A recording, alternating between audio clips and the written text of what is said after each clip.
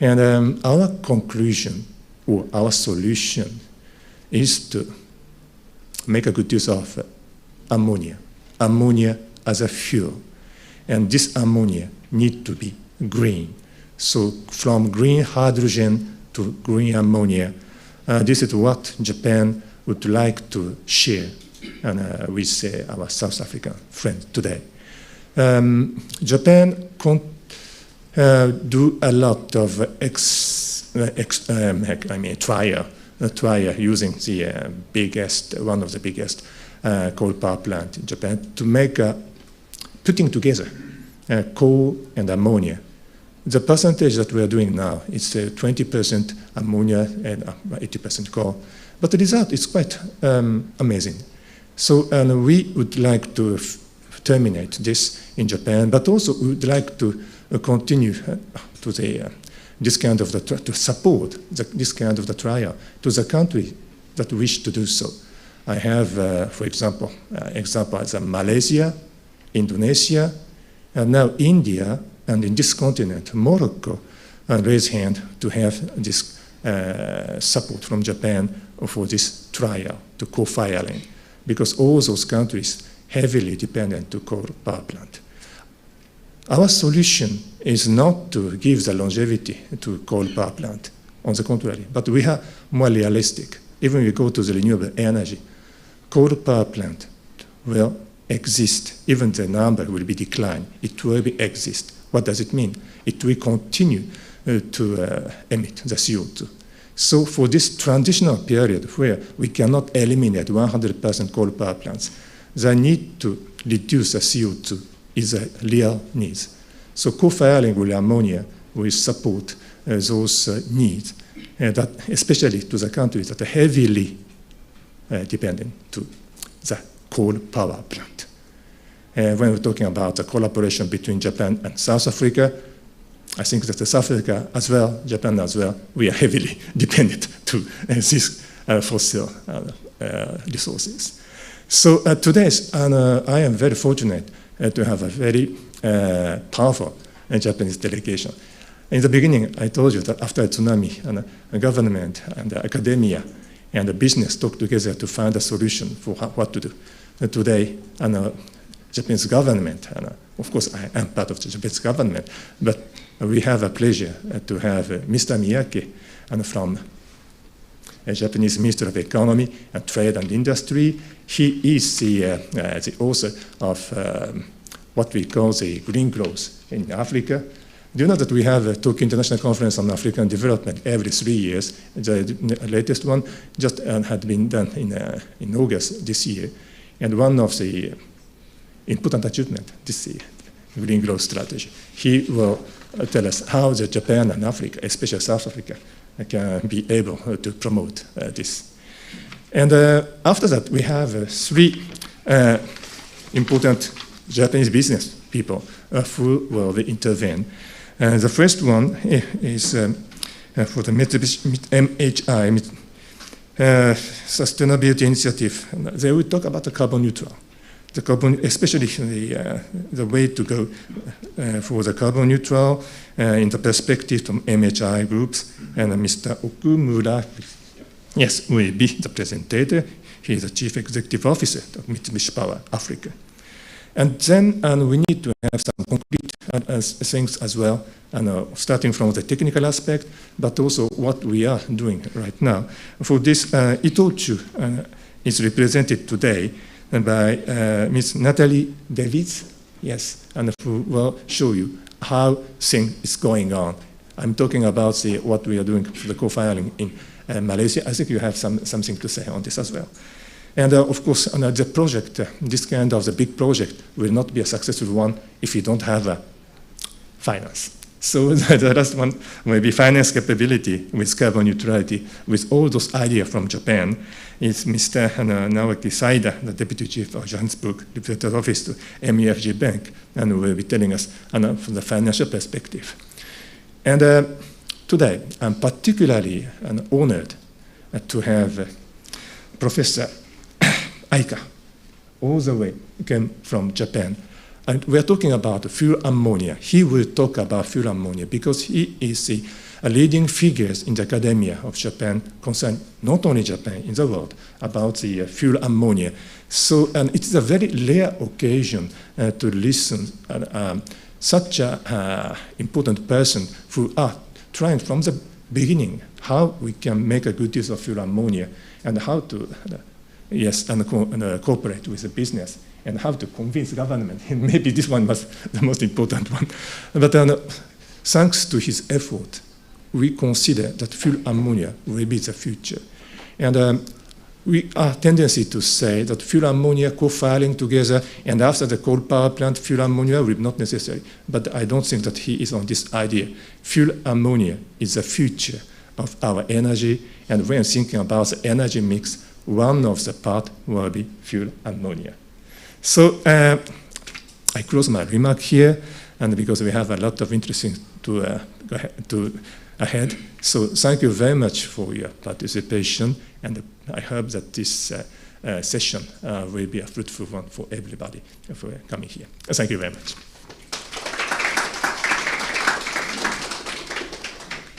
Thank you, Ambassador. I think you've just helped me very much because I don't need to say much. I could actually just sit down and walk out for the rest of the session. Our next speaker, as you've mentioned, Yasujiro Miyake, who's the Director of Middle East and Africa Division from the Ministry of Economy, Trade and Industry in Japan. Thanks so much for your time. Please make your way to the stage. Good morning. My name is Miyake. I'm a director responsible for Middle East and Africa, and from METI, Ministry of Economy, Trade and Industry, Government of Japan. I flew from Tokyo. My ministry is responsible for mineral resources, energy transition, as well as the industry as a whole, and I am responsible for African continent as an area. So with this background, I would like to share some of the Japanese perspectives and the policies. The thing is, I have only 15 minutes to cover this topic, so I shall try to be very concise as much as possible, and actually I should be very quick, very, very quick. So first I will talk about the next slide, please. So I will first talk about Japan's hydrogen policy. When it comes to the hydrogen, Japan is one of the leading countries in the world to the hydrogen policy. In fact, I would say Japan is the leading country when it comes to hydrogen. As early as in the year 2017, Japan has adopted the National Hydrogen Strategy, which is the first time ever in the world for a country to adopt a strategy on hydrogen. And that was followed by the year 2020, where my Prime Minister made the declaration on carbon neutrality by the year 2050. And at the same time, we developed the Green Growth Strategy, where we are targeting increasing the volume of demands and supplies in the year 2050 of 20 million tons, so increasing the volume by 10 times over the next 30 years. And at the same time, we are trying to reduce the cost over the 30 years to 1/5. So that's our strategy. And in 2021, we revised our strategic energy plan, and where we set the policy target of, I need the next slide. Sorry, it's not working. Okay. We set the target policy of the energy mixture in the year 2030 to have increased the renewables as well as nuclear, and thereby reducing the fossil fuels. And we introduced hydrogen and ammonia of 1% out of 940 kilowatt hours. So that's the hydrogen policy in general. And now I would like to look at the 5 strategic areas of hydrogen where Japan has the strategic technological advantages. And there are 5 areas. This is not working very well. So there are 5 areas like transportation, number 2 is power sector, number 3 is the industrial sector, and number 4 is production by electrolysis, and then number 5 is the hydrogen supply chain, and I will take one by one. And each sector, Japan has their technological advantages. The number 1 in the transportation sector, we already have in Japan, there are 7,400 FCVs, fuel cell vehicles. Not the EVs, not electric vehicles, not even the hybrid cars. It's the fuel cell vehicles, 7,400 in operation. And to have these FCVs, we need to have the infrastructure. We set the 178 hydrogen refueling stations, HRS, and the number 178, it's almost the same as the United States entirely, or even the European Union entirely, or even China as a whole. So you see, in Japan, we already have a substantive amount of infrastructure developed. And we also have the fuel cell trucks and fuel cell trains on the demonstration phase. So we are quickly moving forward. And the next sector, if I have the next slide, we have the power sector. Okay, we have the power sector. Again, Japan has been a world leader in hydrogen power generation technology, both large and small size turbines. So if you take, for example, the 500 megawatts is the large scale one, we already achieved in 2018 the hydrogen co-firing rate of 20%. In Indonesia, for example, the Mitsubishi Heavy Industries, MHI Japanese company, is converting the existing large-scale gas-powered turbine plants into the hydrogen burning. And they have the plans to start commercial operation of the world's first ever large-scale hydrogen-only fired power plant around 2025. And for the small size, 1 megawatt class, we already achieved in 2018 the hydrogen-only burning turbines, and now we are trying to improve the efficiency. And the next slide, number 3, the industrial sector. There are various ways to hydronize it out of the carbon, and one example is the hydrogen reductant steel making. In making steels, you need the reductant. Reductant is removing oxygen. And we currently use the cokes or coal. Of course, it emits the carbon dioxide, so we need to replace it with hydrogen. So we are now developing the technology for the hydrogen reductant steel making. Another way is to use the hydrogen as a heat source, especially the high temperature one. And there are huge possibility because in industry there are many furnaces, like melting furnaces, heating furnaces, or even steam boilers. So we need to hydrogenize it. And in fact, there are some Japanese companies already using the hydrogen as a heater, for example, in the auto parts industry, as well as the auto tires manufacturing. And in fact, even coffee beans can be roasted by hydrogen. And there is one company called UCC doing this. And in the fourth pillar, we have the domestic hydrogen production by electrolysis. We already have the very large-scale demonstration project in Fukushima. And there are two types of hydrolysis. The one is alkaline one using potassium hydroxide, and another one is PEM, PM1. The PEM refers to the proton exchange membrane or the polymer electrolyte membrane.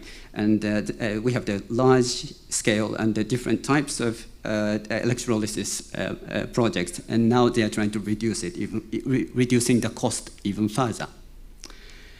And number 5, I would like to talk about the hydrogen supply chain, in fact, how to move the hydrogen. I will talk about the liquefied hydrogen, and another is MCH, methyl cyclohexane. Actually, there are a third mode about the fuel ammonia, but I will touch upon it quickly. So number 5, global hydrogen supply chain. In fact, we have, again, recently, we have had the successful demonstration first ever in the world, most recently in February, to move the liquefied hydrogen. And in this project, we produced hydrogen in Australia from lignite, lignite, the brownish coal, and we liquefied hydrogen. And to liquefied hydrogen, it needs to be very, very cold. It's like minus 260 degrees Celsius below zero, so it's very, very cold. And that liquefied hydrogen in Australia, Hastings, was transported to Kobe, Japan. And it's 9,000 kilometers away. It took 16 days, and it crossed the equator. Now, crossing the equator reminds me of the impact happened in the global food market when the reefer vessel, the refrigerator ship of invention, enabled Argentina to export their frozen meat to the northern hemisphere. So you can imagine how impactful this successful demonstration by Japan was, the first ever in the world. And the second mode is MCH, methyl cyclohexane. Again, MCH is basically a toluene. So if you add the toluene with the hydrogen, it turns to the MCH, and later you can just separate the hydrogen from the MCH. Now, again, in the year 2020, Japan has successfully did their demonstration project of the international transfer using the MCH. And this time, we made the hydrogen in Brunei from natural gas. And we converted this the hydrogen to MCH, and then moved it from Indonesia to Kawasaki, Japan, and separated the hydrogen. This demonstration using the MCH, again, was the first time ever in the world successful. And with these backgrounds, Japan is trying to promote the kind of international arena, the platform to discuss how we can use the hydrogen. So we launched in the year 2018 what is called the Hydrogen Ministerial Meeting. It's HEM, and where the ministers and top executives from the industry gather together and discuss hydrogen society and the future initiatives. And they already have their what is called the Global Action Agenda Goals of 10-10-10. It refers to 10 million fuel cell systems, 10,000 hydrogen refueling stations in 10 years. And in the recent conference held this September, just this September, it was the 5th HEM 2022, they set the additional goal on renewable and low-carbon hydrogen production of at least 90 million tons by the year 2030. And in the South African context, we had the honor of having the message from Minister of Higher Education, Science and Innovation, Dr. Nzimande. And by the way, in this conference, the coffee roasted by hydrogen was served. And that's the hydrogen, and we will talk about the ammonia.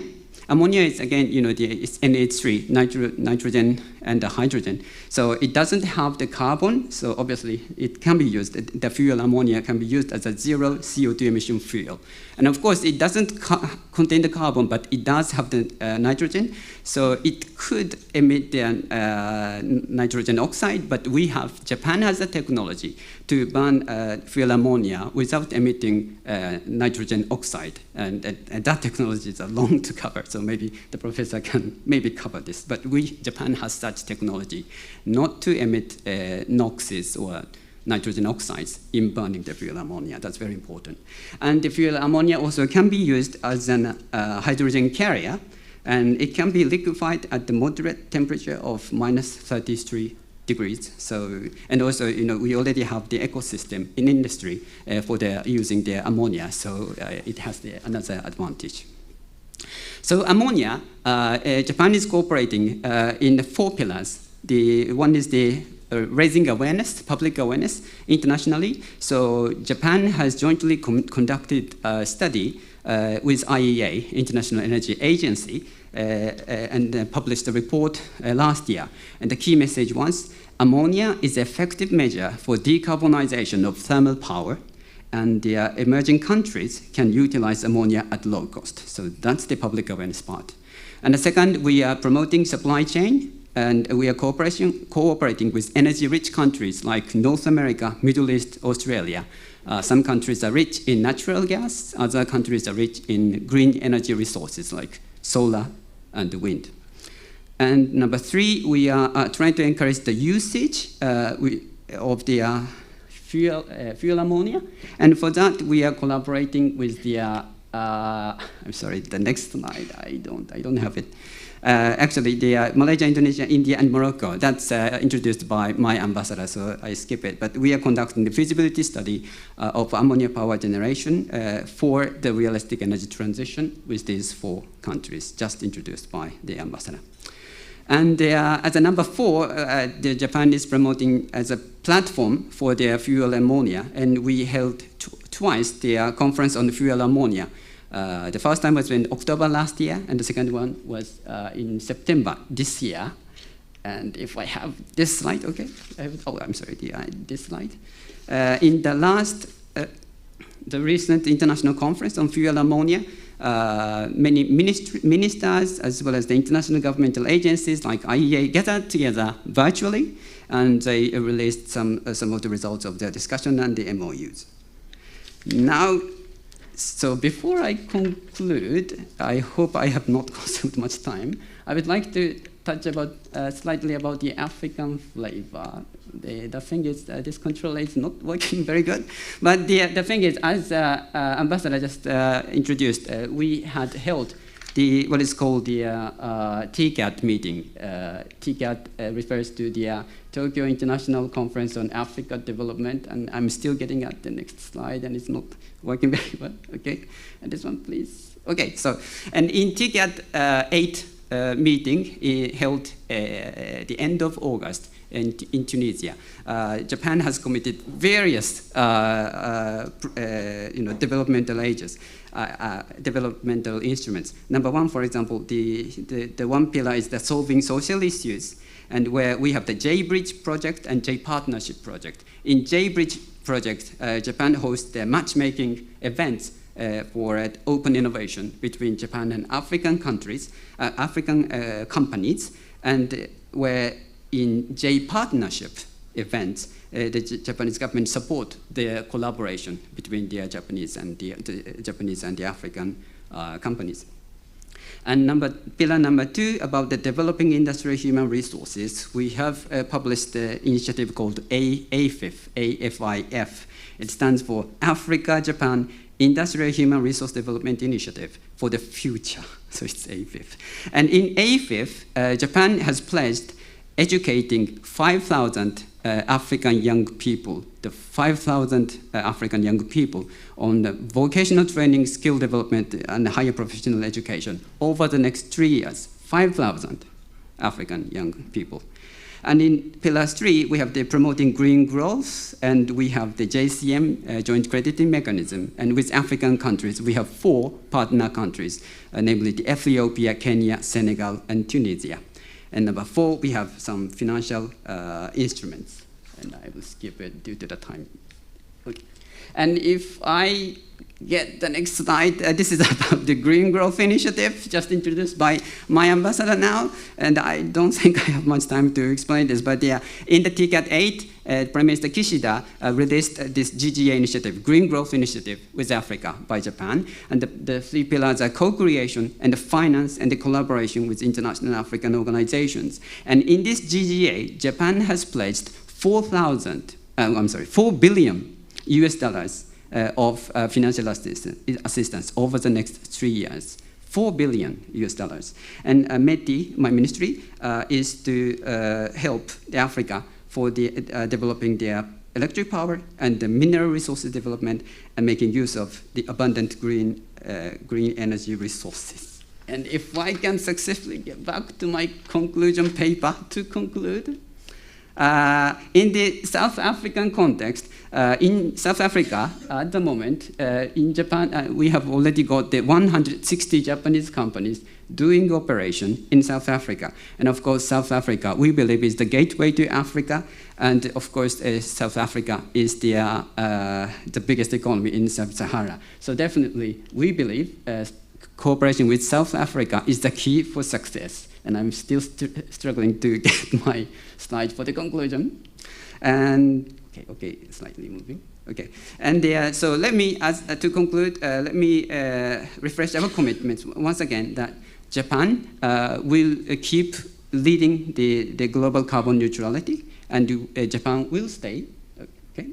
And Japan will stay as a front runner in the hydrogen technology. And in the South African context, we recently had the partnership forum in Tokyo this October, having the honor of getting the Minister of International Relations and Cooperation, Dr. Naledi Pandor, and at the same time, we held in Tokyo the 5th session of the Joint Trade Committee with DTIC, Department of Trade, Industry and Competition. So once again, let me refresh the Japan's commitment to cooperate with South Africa, and that concludes my remarks. Thank you very much.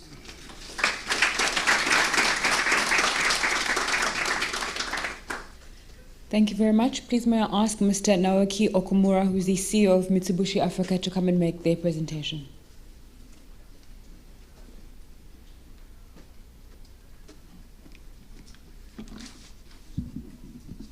Good morning, everybody. My name is Naoki Okumura, the CEO of Mitsubishi Power Africa.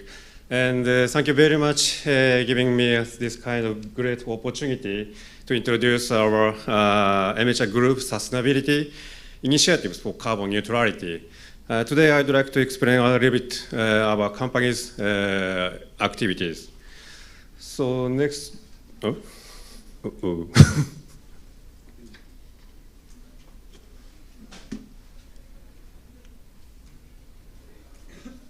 Sorry, something wrong. Oh yeah. Today I'd like to two items of our activities. The one is the MHI Group and vision for the carbon neutrality, and the second one is the our initiatives and solutions for energy transition. Next page, please. Yes, thank you. So firstly, I would like to explain our, what is Mitsubishi Heavy Industries, and we founded in 1884. We had over 140 years histories and manufacturing so wide range of the product in relation to the social infrastructure at the land, at the sea, and in the sky, in the space. So from the turbine to the aircraft and the rocket we produced in 140 years. So next slide, please. So the left side shows the some forecast for energy consumption. The most social biggest challenge would be the large. How do we meet the large energy demand? The total energy demand will be decreased, although the population of the world will be increased. And out of the total demand, the electricity demand will be rapidly increased. The left-hand graph shows our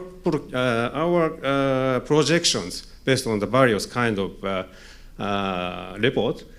We, MHI, may think that some reduction of the CO2 emission will certainly decrease, but some certain percentage, we cannot reach some certain percentage.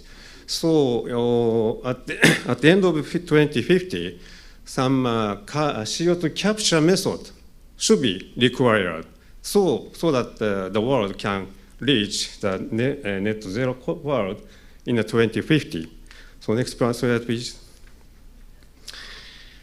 So under such circumstances, Mitsubishi Heavy Industries committed to the world that we will reach the mission net zero in 2040, 10-year advance than the global commitment. So in every category, in a scope of 1, 2, that is internal our MHI, and not only internal MHI, including supply chain, we will reach the net zero in 2040 as a leader of this decarbonization of this on this field.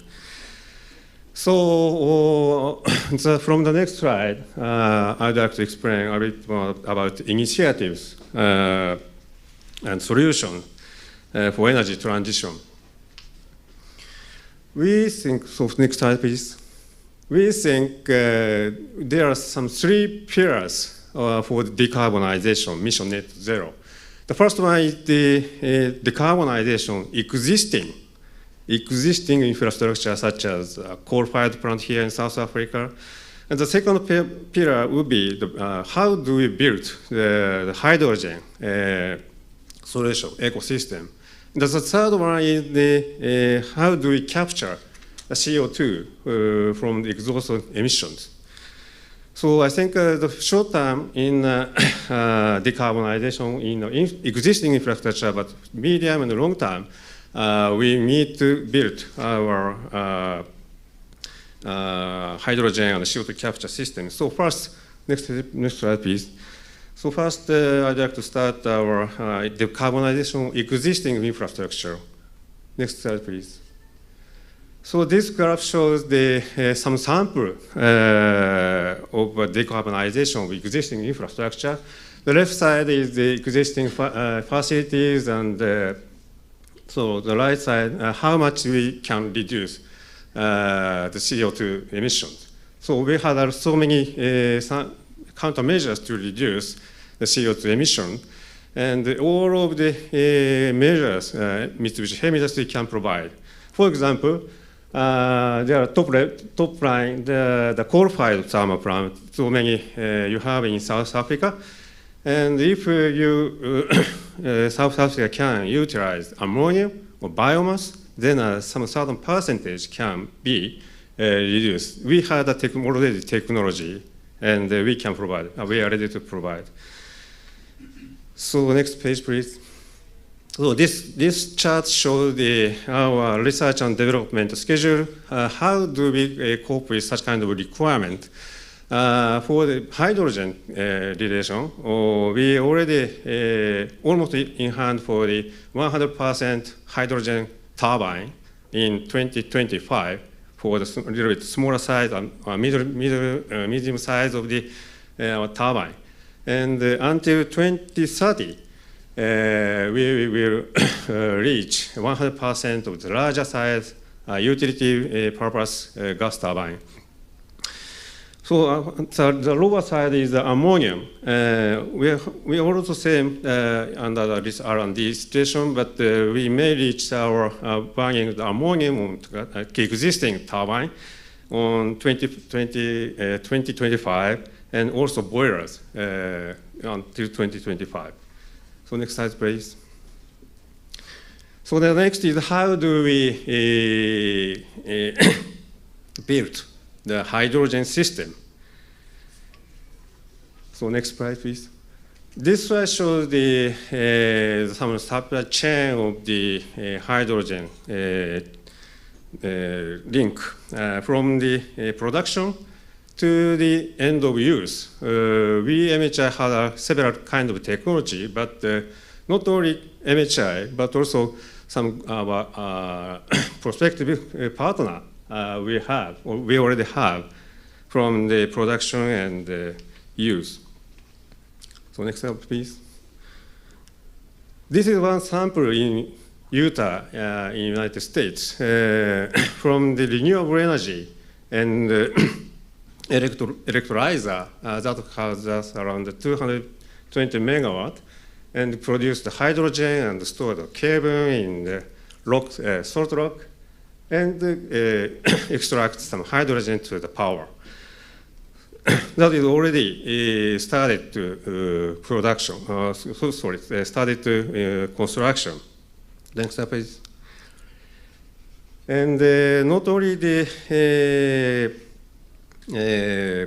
utilizing hydrogen, but also to transfer to the big city in the Los Angeles.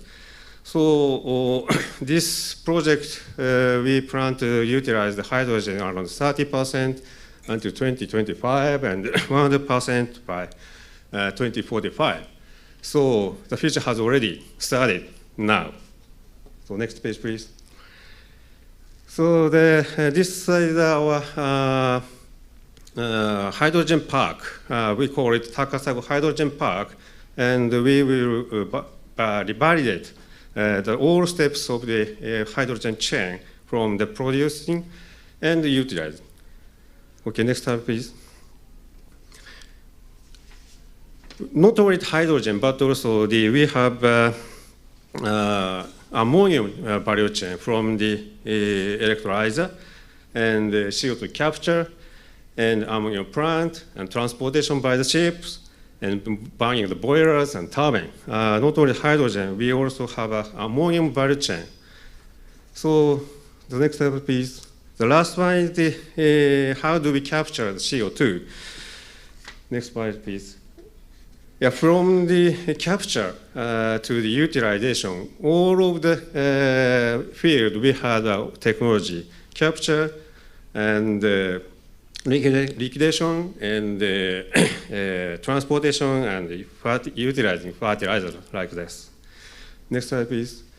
We already delivered our CCUS plant in the world, around 16 units all over the world. And 2 units is under the construction. And our process, we call it KM-CDR process, has top leader in the world, around 75% we have the share. The next slide, please. This is the largest sample of the carbon capture. They installed next to the coal-fired thermal plant. They can produce 5,000 tons per day. Next slide, please. So in order to capture the CO2, some kind of cleaning of the emission will be required. We also have air quality control system from the SGR and FGD and in order to capture the CO2. This also we can provide in this summary in South Africa, I think. So next slide, please. As a summary, towards the vision of South Africa, Mitsubishi Heavy Industries are ready to support the energy transition for entire energy supply chain and as a leader in the field of decarbonization. And we contribute to the decarbonization in South Africa with our extended state-of-art technology. Thank you for your listening.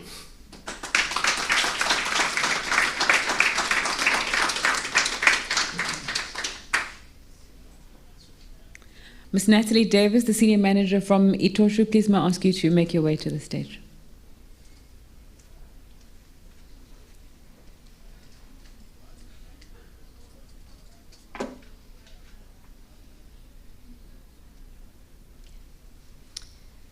Good morning, His Excellency. Ladies and gentlemen, I believe a wise woman learns from the mistakes of men. So can I please ask in advance that the slides please be controlled on my behalf? Let me firstly start off by introducing myself. I am Natalie Davis, and I'm a representative of Itochu Corporation, Johannesburg. I am the Senior Manager of the Chemical Trading Division, as well as a member of the Business Development Team. Next slide, please. Looking at a glance at who Itochu Corporation is. Itochu Corporation is one of the leading Japanese trading and investment companies, known as a Soga in Japan. Our history dates back to the 1800s, when our founder, Chubei Ito, first commenced with linen trading. Our credo is centered on a three-way satisfaction: good for the buyer, good for the seller, and good for society. As part of our midterm management plan, Itochu has bravely and ambitiously committed to reduce our CO2 emissions to net zero by 2040. Next slide, please. Over the last 160 years of our existence, Itochu has evolved from humble beginnings to 8 division companies. These division companies are currently engaged in domestic trading, import and export to overseas markets, including investments both locally in Japan and worldwide. Next slide, please. Itochu's footprint has also grown significantly over the years. We have 6 offices in Japan and 86 offices worldwide. 6 of these are based in sub-Saharan Africa. Johannesburg is the headquarters for the African region. Next slide, please. Looking at our contribution and our activities in the hydrogen and ammonia value chain. In addition to our activities, Itochu makes valuable contributions as a co-investor, arranges EPC and finance in conjunction with other Japanese companies and organizations. Through our extensive network and experience, we can also unlock logistic optimization and bring marketing offtake capabilities to the table. Itochu also invests and contributes in developing ammonia chains, both in the upstream, midstream, as well as the downstream. Next slide, please. As part of our commitment, Itochu is proactively engaging and pursuing several projects. Next slide, please. The first project is related to blue ammonia production in Canada, utilizing gas and the CCS process. This is in partnership with Petronas Canada and a local infrastructure company. The aim of this project is to establish one of the world's largest production sites of blue ammonia. The construction of the plant is expected to commence in 2024, and commercial production is slated for 2027. The facility will produce approximately 1 million tons of blue ammonia, which will be exported to Japan mainly for fuel applications.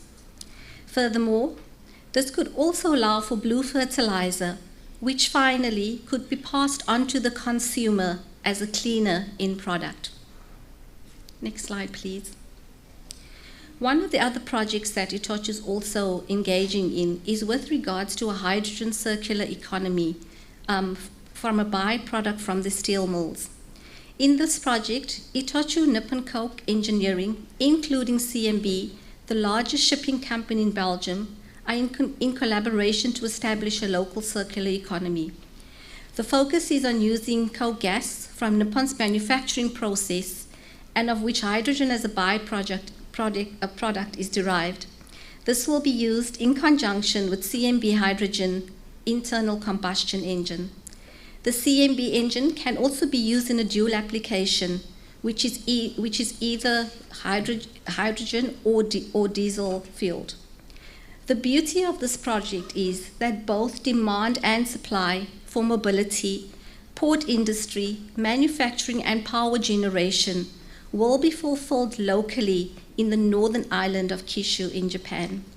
This is a project which could be very significant and key to also replicate in South Africa. Next slide, please.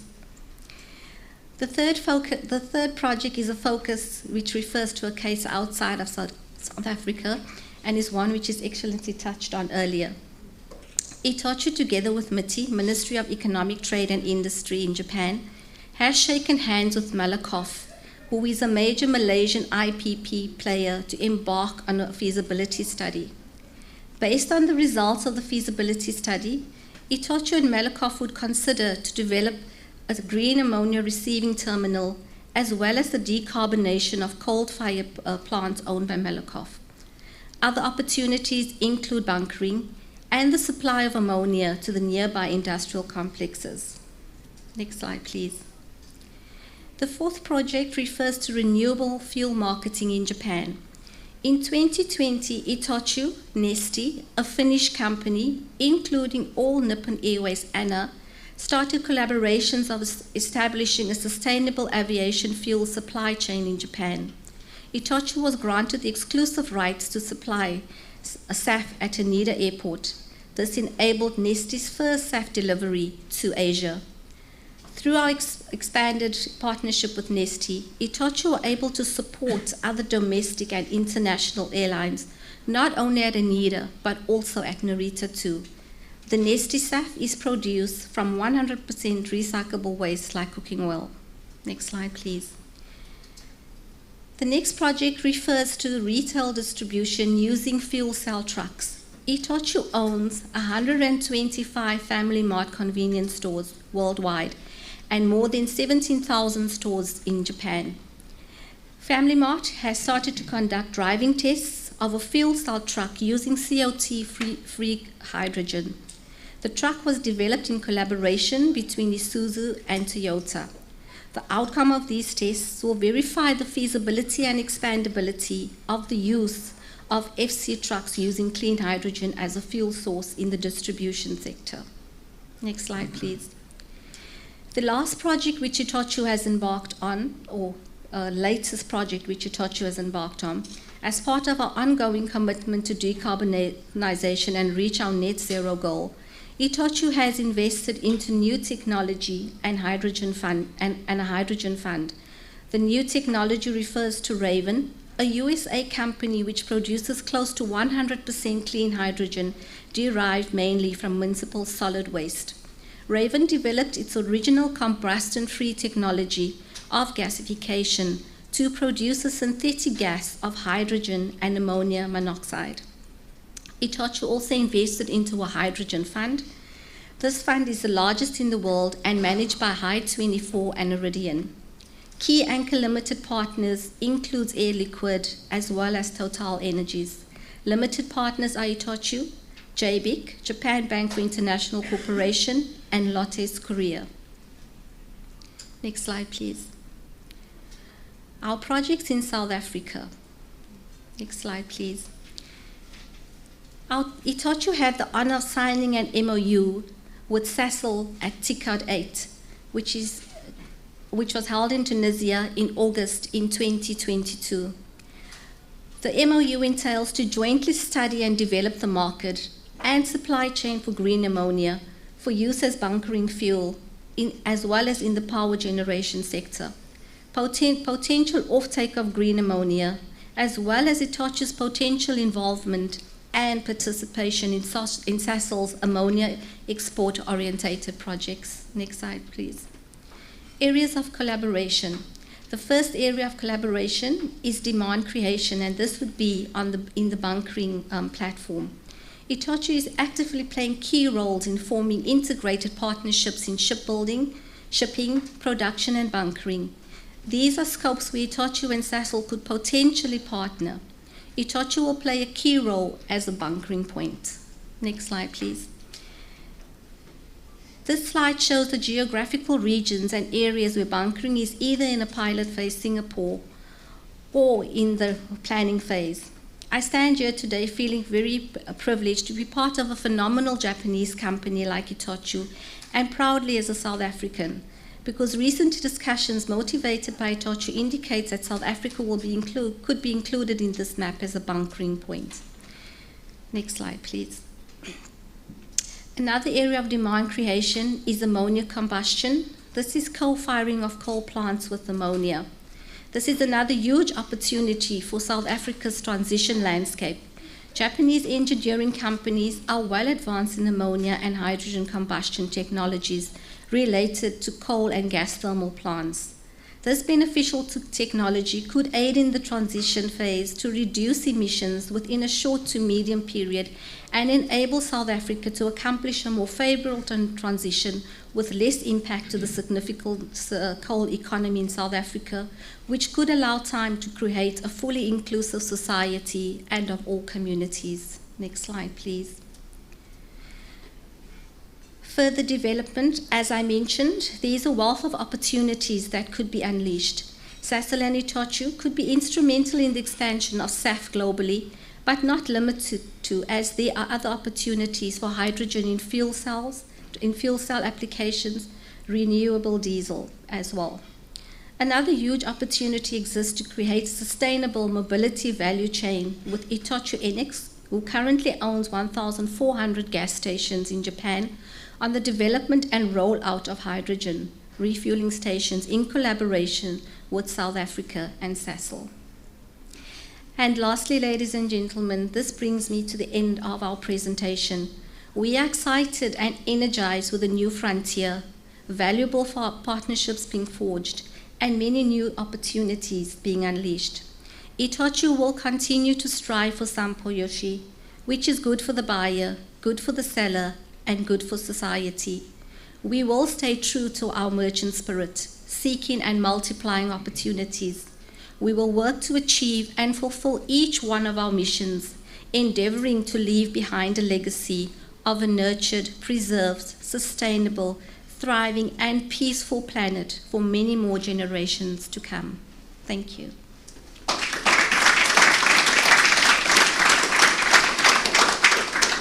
Our penultimate speaker, as we're aware of time, is Mr. Naoki Saida from the MUFG Bank.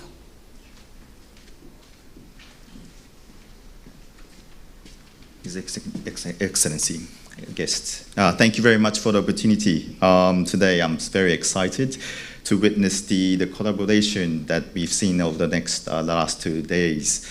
And I believe the collaboration will definitely bring the new society, the new green hydrogen society for South Africa, but Africa and Japan needs to play a role. And as you can see, our partners here as a speaker has been providing you with a good message.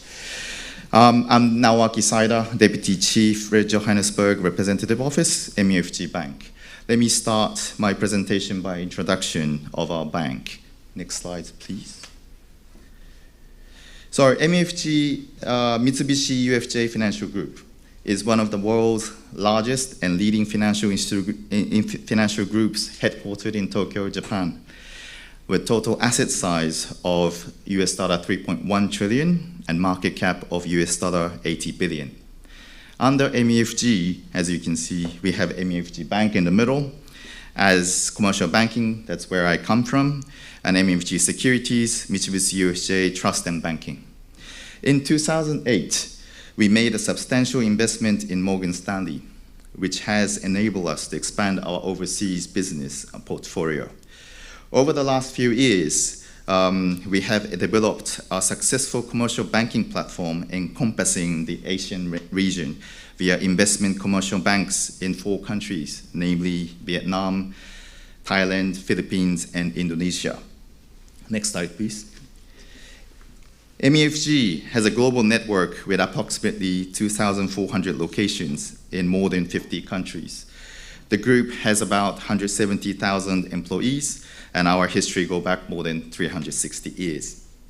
The group aims to be the world's most trusted financial group. Through close collaboration among our operating companies and flexibly respond to all of the financial needs of our customers, serving society and fostering shared and sustainable growth for the better world.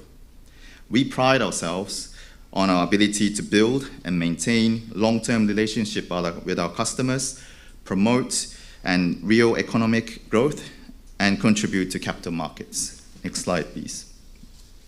Now, utilizing the next 2 slides, I will update on our progress on carbon neutrality and engagement. We defined our purpose as being committed to empowering a brighter future. I believe that committing to help solve the environmental and social issues facing the world today is a great responsibility for financial institutions. Since pledging to achieve carbon neutrality by 2050 in May 2021, we have accelerated our efforts to tackle the climate change.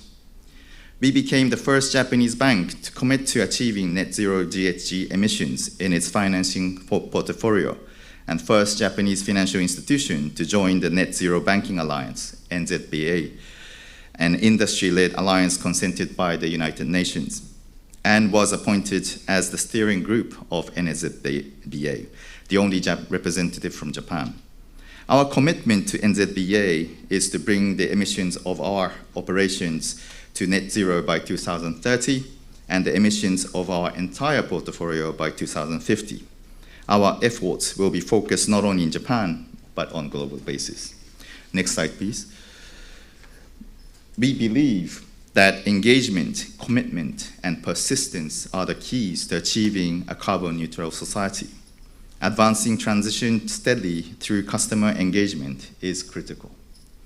The slide shows our progress in our initiatives of engagement with our customer to achieve the carbon neutrality goals and align with the Paris Agreement. It is clear that divestment is not a solution, as there is no assurance that actual emissions will decrease, while divestment may reduce our financed emissions. It is conceivable that the buyer may have less ambition with respect to net zero, and the emissions may even increase as a result. For this reason, we believe we have the responsibility to engage with our customers in all sectors and regions and finance their transition journey. This is the only credible way to deliver just an ordinary transition. Accompanying with our customers on their journey to carbon neutrality through engagement is our core principle throughout MUFG. Also, technological innovation is essential for emissions reductions, i.e. the green hydrogen society. Together with various collaborations from both the public and private sectors, we intend to consider how the society can mobilize financing for such innovations. Next slide, please. In the next few slides, I will demonstrate our strengths in our product capabilities, which I believe will place ourselves in a better position to meet carbon neutrality and engagement. MUFG is the market leader in project finance, as you can see on the slide. We have played an important role in financing some of the world's most significant projects, which are still having a positive impact to our society today. Next slide, please.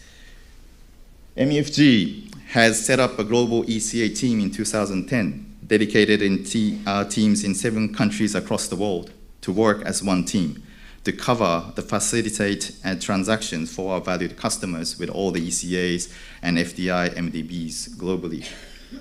Since then, we maintain as the top financial institutions and a market leader delivering ECA finance. Next slide. Blended finance is the new structured finance which we are currently strongly promoting, especially in Africa and developing countries. Delivering a long-term, competitively priced financing from new sources of capital in line with our commitment to sustainable finance. We're here for you. Next slide, please. Now, talking about Africa, MUFG in Africa go back 1926. We opened our first branch in Alexandria, Egypt. Then Johannesburg office in 1961. We had several movements since then, but now we have 2 offices in Cairo and in Johannesburg, where I am now. MUFG Africa covers Africa from 3 branches in London, Paris, and Dubai, with 2 offices based in Africa. We have MOUs and entered into partnership with several financial institutions and investment authorities in several countries to make ourselves more accessible to Africa and our valued customers. MUFG is bridging the gap between African and Japanese business. Next slide, please. So this is the short footprint that we have in Africa to date, providing barriers of trade, structured finance, to corporate financing, and lately the blended finance. Next slide, please. So I'm gonna be briefly touch upon our views on the hydrogen society and the future. Hydrogen, as a fact, as you know, is the lightest and most abundant element in the world, invisible, odorless, and a highly reactive gas. Hydrogen can be a transport fuel, a source of industrial heat, and chemical feedstock. Hydrogen is a replacement for fossil fuels given wide range of usage.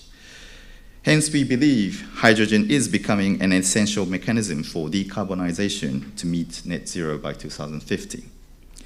On top right of the slide shows the expected growth of global hydrogen market by usage.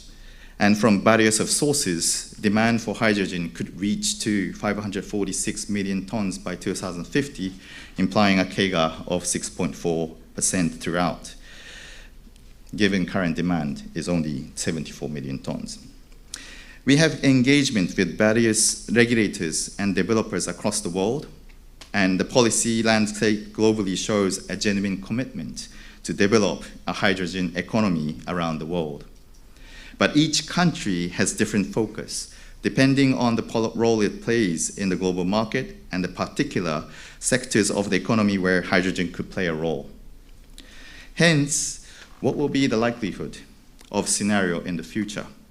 If the demand is there and globally shows a genuine commitment with technology advancing, we would expect the electrolyzer cost reduction and green electricity price to fall significantly, which I believe the 2 concerns which we are yet to accomplish and showcase the feasibility and bankability of a hydrogen society and the future. But are we seeing a development?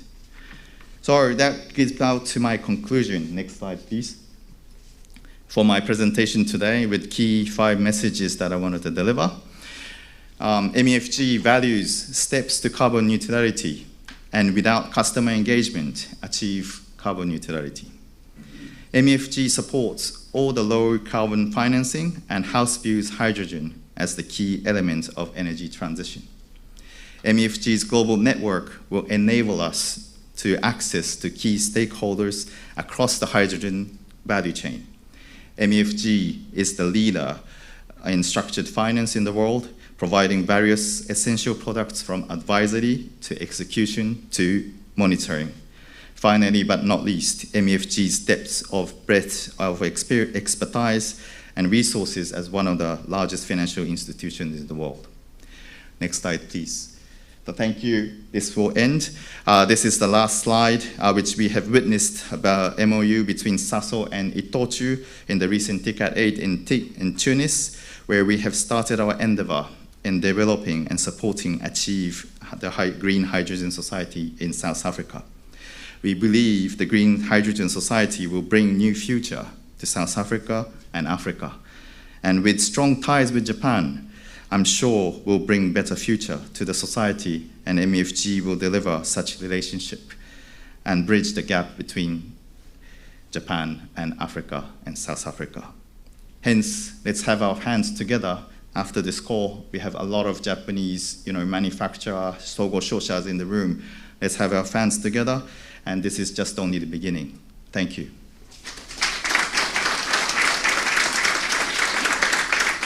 Thank you. Our final speaker, Professor Kenichi Aika from the Green Ammonia Research Center.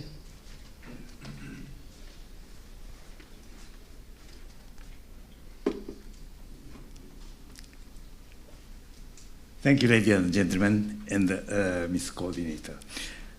Let me explain briefly our SATREPS program called Development of New Ammonia Synthesis System Using Renewable Energy and Hydrogen, started between Northwest University, Professor Basarov over there, and our college. I am drinking Cape Vin Rouge red wine every night. It's cost just $5, but very tasty. Japanese red wine at the right-hand side in a similar level cost 4 times more expensive. Next slide, please. Next slide, please. No. The back. Yes. Solar power cost ratio might be compared with those wine costs. South Africa could produce solar energy with the cost of 1/4 of the